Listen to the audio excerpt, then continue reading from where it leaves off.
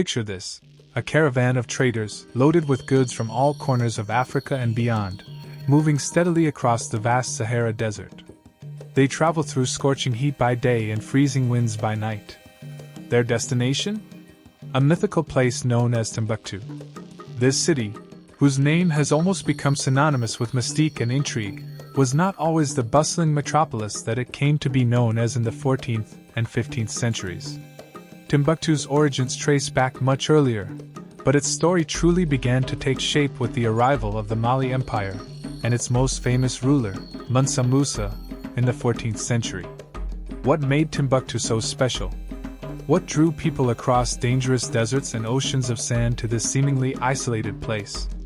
The answer lies in the intersection of trade, learning, and culture, all of which converged in this single location, turning it into one of the most significant cities in the medieval world. The strategic location of Timbuktu. Timbuktu's geographical location was nothing short of genius.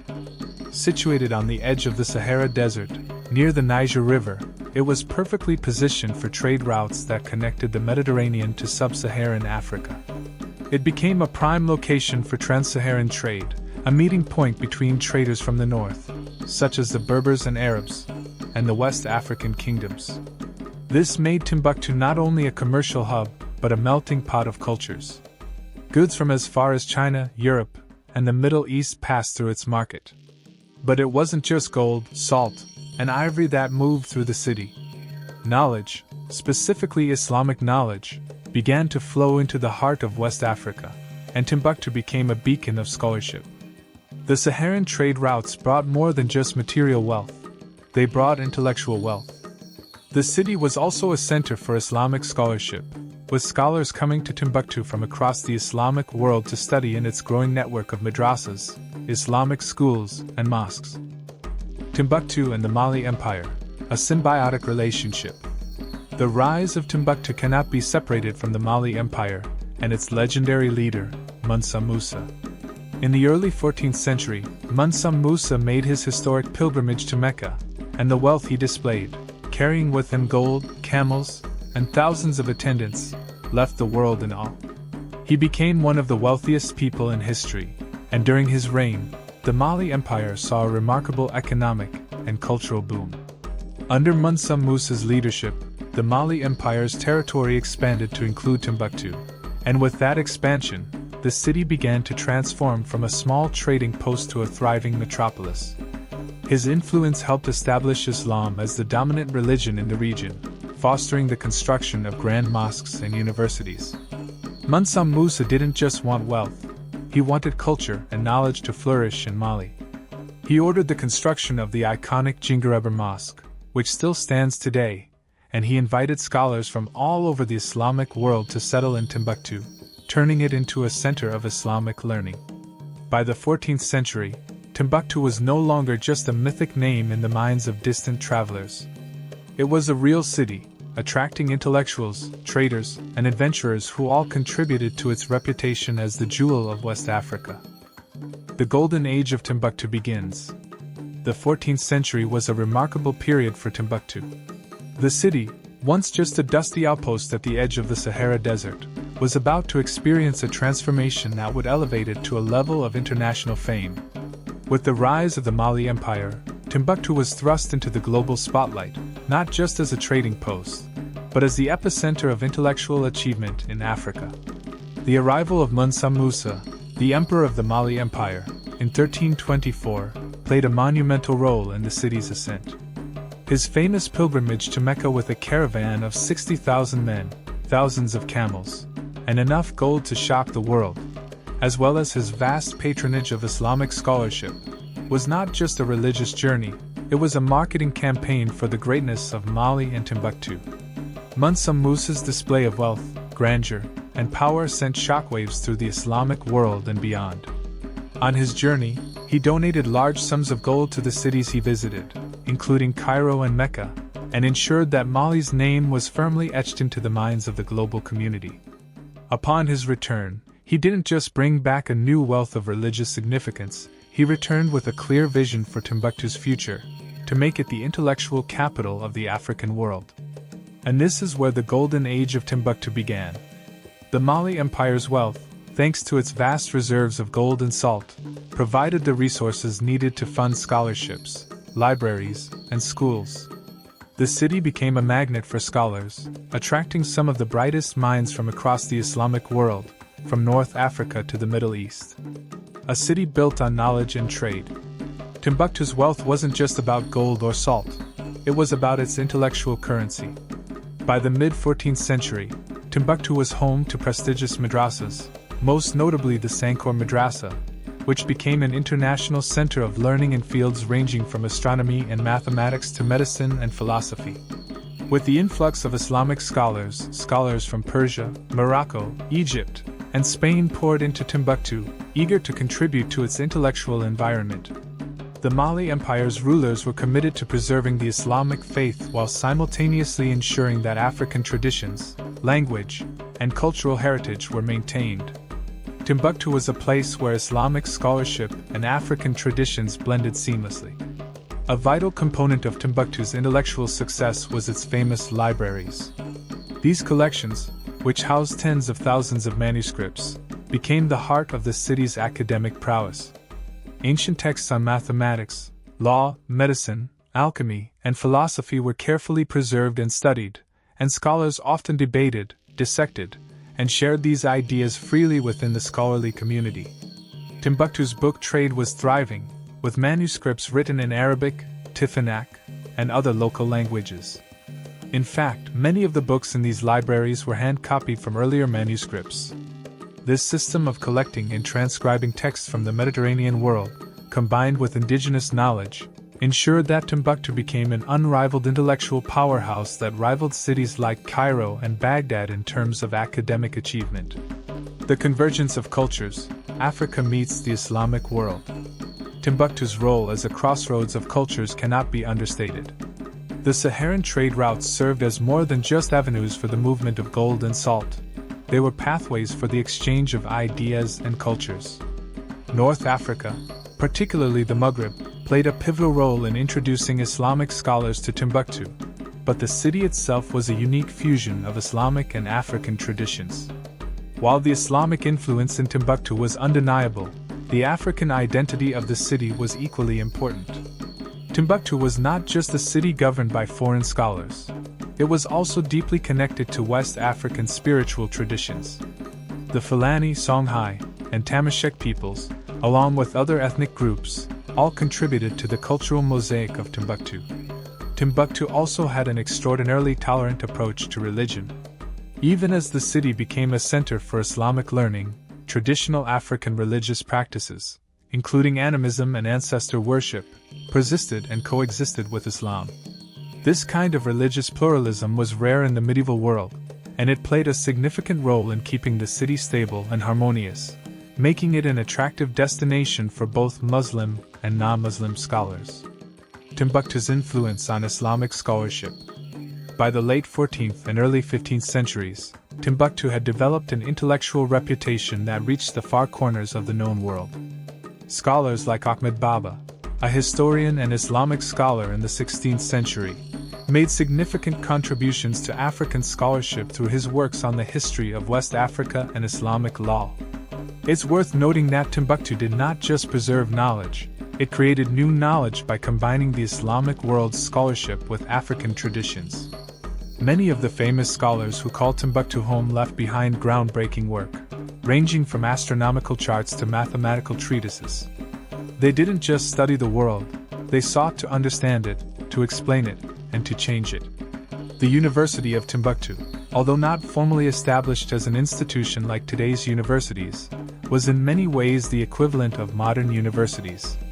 Students came from across Africa to study, debate, and refine their craft, and they brought their knowledge with them, spreading it across the continent. The impact of Timbuktu on the rest of Africa and the Islamic world cannot be understated. The city's libraries were filled with the best Islamic literature, as well as scholarly works on law, medicine, mathematics, and philosophy. The transmission of this knowledge was central to the development of medieval African intellectualism, and it played a role in shaping African thought for centuries to come. The prosperity of the 15th century.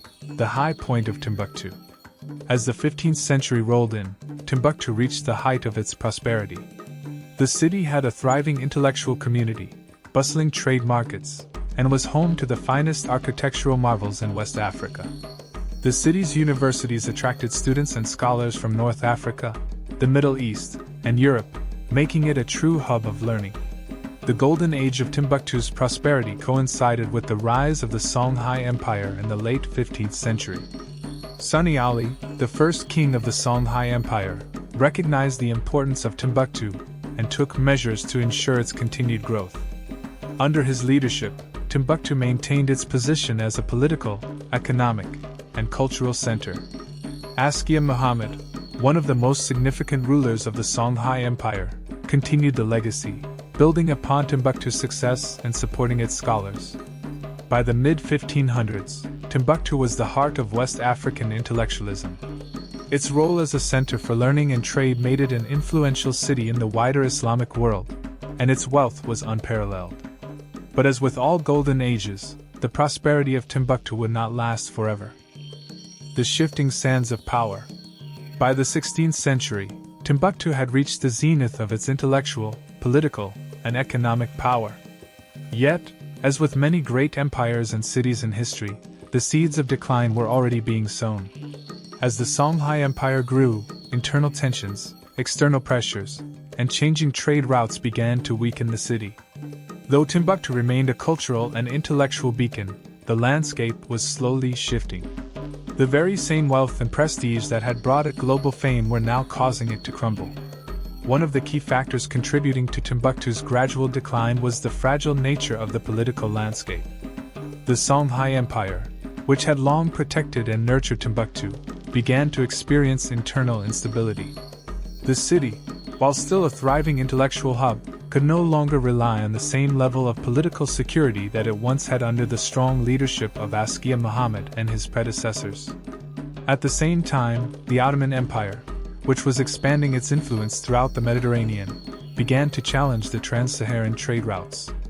Europe was also becoming more interested in opening new maritime trade routes to the east, and the Portuguese, Spanish, and Dutch began to expand their influence along the coast of West Africa. These changes in trade patterns disrupted the flow of goods like gold and salt, which had been central to the prosperity of Timbuktu. But perhaps the most crucial blow came in the form of military conquest. In 1591, the Moroccan forces, led by King Ahmad al-Mansur, launched a devastating attack on the Songhai Empire, marking the beginning of the end for Timbuktu's independence. The Moroccan forces, armed with firearms and advanced military technology, easily overwhelmed the forces of Songhai, which had grown weaker over time. The conquest of Timbuktu by the Moroccans marked a significant turning point in its history. The once thriving center of learning and culture was now under foreign control, and the intellectual freedom that had defined its golden age was suddenly stifled. The Moroccan conquest and the intellectual exodus. When the Moroccans captured Timbuktu, they did not simply seize a city, they took its heart. One of the first casualties of the conquest was the library system of Timbuktu. Many of the city's ancient manuscripts, painstakingly copied and preserved by generations of scholars, were either destroyed or looted. The Moroccan invaders, while perhaps not fully understanding the intellectual wealth of the city, recognized the power of its books and manuscripts, and they took as much as they could. It was said that hundreds of thousands of manuscripts were carted off to Morocco, some of which have never been returned to this day. The loss of these manuscripts, which contained ancient knowledge in fields ranging from mathematics to medicine, was a devastating blow to Timbuktu's academic legacy. Following the conquest, many of the scholars and students of Timbuktu, who had once flocked to the city from across the Islamic world, now found themselves without a place to study and teach. Many scholars fled into exile, seeking refuge in neighboring cities such as Cairo, Fez, and Marrakesh, carrying with them the intellectual traditions of Timbuktu. In a way, the intellectual heart of Timbuktu beat on through its exiled scholars, who continued to teach and write, but the city itself began to fade from the spotlight. What was once a beacon of African scholarship became a shadow of its former self, relegated to the annals of history. The decline of the trade routes. Another significant factor in the decline of Timbuktu was the changing nature of global trade. For centuries, the city had prospered due to its strategic location at the crossroads of Saharan trade routes. Goods like gold, salt, ivory, and slaves flowed through Timbuktu, creating a bustling market economy that supported its intellectual, cultural, and political life. However, by the 16th century, new maritime routes to the Americas and Asia had been established by European powers. The Atlantic slave trade and the discovery of new sea routes meant that the traditional overland trade routes through the Sahara were no longer as economically viable. With the advent of European exploration and expansion, African trade began to shift away from Timbuktu and toward coastal cities like Lagos and Abidjan. The rise of coastal trade also meant the decentralization of power in the Sahara. As European powers increasingly relied on maritime trade, the Sahara's role as the primary conduit for trade diminished. With it, the importance of cities like Timbuktu waned. This economic shift, coupled with the political instability of the Songhai Empire and the ravages of war, meant that Timbuktu's position as a global trading hub was seriously compromised. The lost glory, a city in ruins. As the years passed, Timbuktu's once great cultural and intellectual institutions continued to decline. The city's grand mosques, libraries, and schools, which had once housed thousands of scholars, were left to deteriorate. The Sankore Madrasa, once the epicenter of learning, began to lose its luster as fewer scholars came to study, and fewer manuscripts were copied and preserved. The Sankore Library, which had housed an incredible wealth of knowledge, began to crumble, its precious texts scattered or destroyed over time. What was once the center of African intellectualism became a forgotten relic, a shadow of what it had been in its heyday. As the centuries rolled on, Timbuktu continued to exist, but it was no longer the vibrant intellectual capital it once was. It was a city known to many, but understood by few, a city in ruins, its former grandeur now a distant memory. The fall, from golden age to decline. But like many great cities throughout history, Timbuktu's glory would not last forever. In the 16th century, the city began to face political instability. The Malian Empire, too, would eventually collapse, and with it, Timbuktu's prominence on the world stage began to dissipate. In the centuries that followed, colonialism, political upheaval, and environmental challenges would further erode Timbuktu's status, reducing the once mighty city to a shadow of its former self.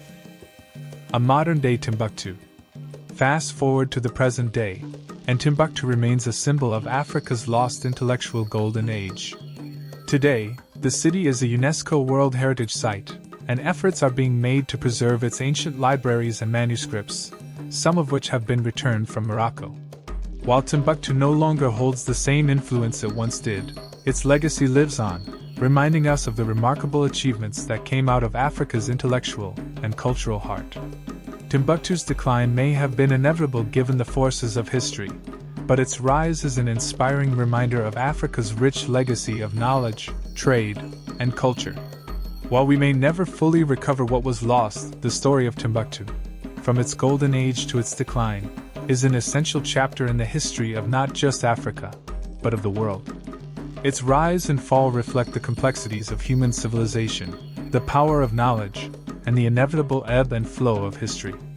And so, as we look back on Timbuktu's legacy, we are reminded that even in the most favorable of circumstances, empires rise and fall.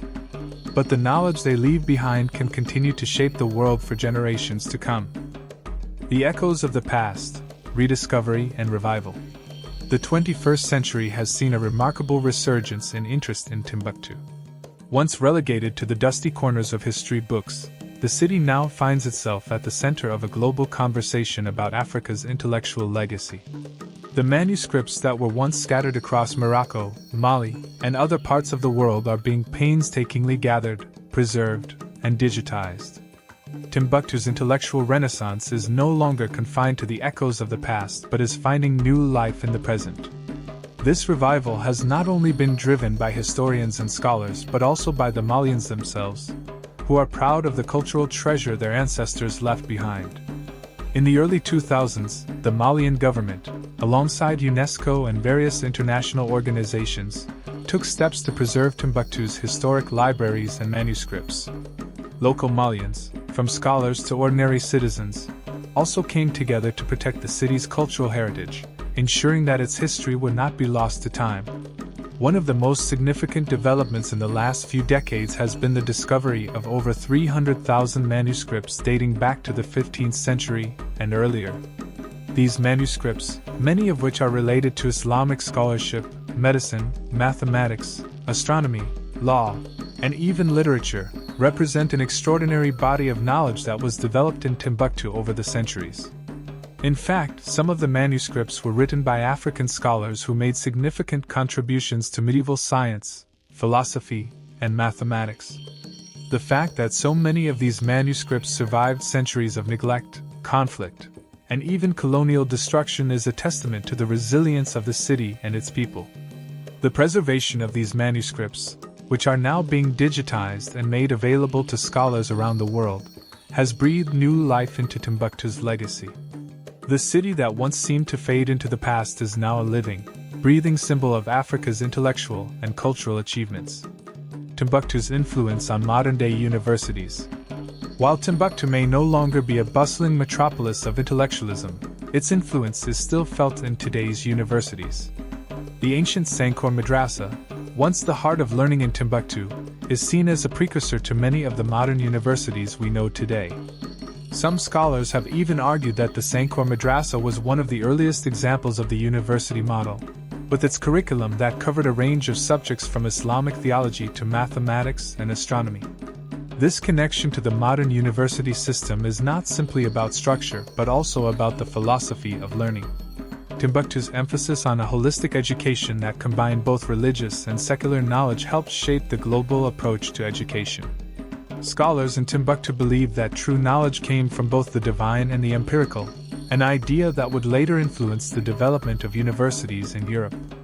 In a sense, Timbuktu was the Oxford and Harvard of its time, with students coming from across the Muslim world and beyond to study in its schools.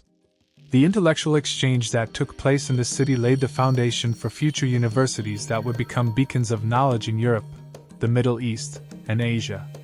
In today's world, as universities around the globe struggle to make education more inclusive and globally aware, the legacy of Timbuktu offers valuable lessons.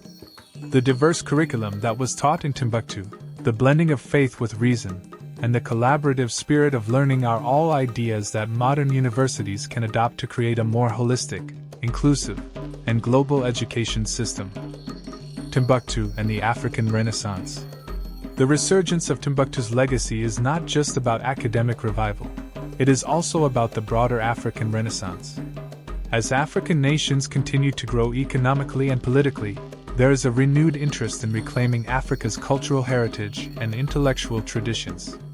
Timbuktu, with its rich history, represents a powerful symbol of Africa's lost greatness and its potential for future success. The idea of an African Renaissance, popularized by thinkers like Chinua Achebe and Kwame Nkrumah, calls for a return to Africa's roots, a revival of the continent's intellectual, cultural, and artistic traditions. Timbuktu serves as a reminder that Africa's intellectual contributions were once at the forefront of global progress and could be again. By re-engaging with the intellectual legacy of Timbuktu, African countries can not only preserve their history but also inspire future generations to value education, science, and culture. The city's revival is a part of a larger movement to reassert African identity, and to remind the world that Africa was once, and could again be, a leader in knowledge and innovation. Global recognition and the future of Timbuktu. While Timbuktu's intellectual revival is still in its early stages, the global community is beginning to take notice. Organizations like UNESCO, along with African Union initiatives, have placed significant focus on preserving the cultural and intellectual heritage of Timbuktu. However, there are challenges. The city is located in a region that has experienced political instability and violence, which has threatened both its physical preservation and its intellectual legacy. In 2012, Timbuktu became the center of international attention when Al-Qaeda forces occupied the city, and the city's libraries and mosques were damaged or destroyed. Despite these setbacks, Timbuktu's resilience continues to shine through. local Malians and international organizations worked tirelessly to restore the damaged mosques, and the manuscripts that were smuggled out of the city are now being digitized and preserved for future generations. The future of Timbuktu depends on both local efforts and global support. Education in Timbuktu is still growing, and the city is striving to build modern schools and institutions that are rooted in its rich intellectual past. There are plans to turn the city into a global center for scholarship and learning once more, this time with an emphasis on sustainability, globalization, and inclusivity. Timbuktu's story is not over. Its legacy is one of resilience, knowledge, and cultural richness, qualities that can continue to inspire the world for generations to come. Let's be real, the rise of Timbuktu was a masterclass in intellectual achievement. But like all great stories, the city's fall was as dramatic as the most tragic love story ever told, minus the roses and more with the whole invaders storming the gates vibe. In the 16th century, as the city reached the peak of its intellectual power, there was one thing nobody could have predicted: the collapse of the Mali Empire. The Songhai Empire, a rival kingdom to the west, took advantage of the decline and seized control of Timbuktu. Imagine it like an academic version of a high school rivalry, one empire fighting to show the other that they were the smarter kid in class. Timbuktu's once thriving universities, libraries, and schools began to deteriorate under foreign invasions, as the Songhai forces didn't exactly treat the intellectual hub with the reverence it deserved. Over the years, the great city started to decline, not due to a lack of brainpower but because of plunder, raids, and shifting political landscapes. Timbuktu wasn't just losing scholars, it was losing the very idea that defined it. And let's not forget the Europeans, who came barging into the scene, eager to control the wealth of West Africa. Their arrival introduced a whole new set of problems, mostly involving things like the transatlantic slave trade and, colonization. By the time Timbuktu finally became part of the French colonial empire in the 19th century, it had lost much of its former glory. The libraries were looted, the monuments were damaged, and the once vibrant intellectual spirit that filled the air was replaced with the dull hum of colonial exploitation. As for the Mali Empire, it had faded, and Timbuktu's once prominent position in the world was relegated to a distant memory. You could almost hear the intellectuals of Timbuktu shaking their heads at the global turn of events, sighing dramatically as their brilliance was overshadowed by wars, politics, and a little thing called imperialism. Fast forward to the 20th century, and something incredible started happening. Timbuktu, which had once been a proud center of knowledge, began to regain some of its former grandeur. And no, it wasn't due to an Instagram influencer's post about ancient scrolls. It was scholars, archivists, and historians who, like Indiana Jones with better dress sense, began the slow and painstaking process of rediscovering the treasures of Timbuktu. This wasn't an easy task. Think about trying to piece together a jigsaw puzzle with half the pieces missing. And some of the pieces are probably locked away in the vaults of various global institutions. In the early 2000s, a group of determined Malians and international historians realized that the manuscripts of Timbuktu, which had been scattered, hidden, or forgotten, needed to be found and preserved. And so, they got to work. There was an entire treasure hunt for old manuscripts that had been smuggled to Morocco, stored in family homes, or buried in the sands of time. Think of it as a less glamorous version of National Treasure, no Nicolas Cage, but lots of cool, old books and dusty attics. Eventually, thousands of manuscripts, including works on mathematics, medicine, law, and theology, were rediscovered.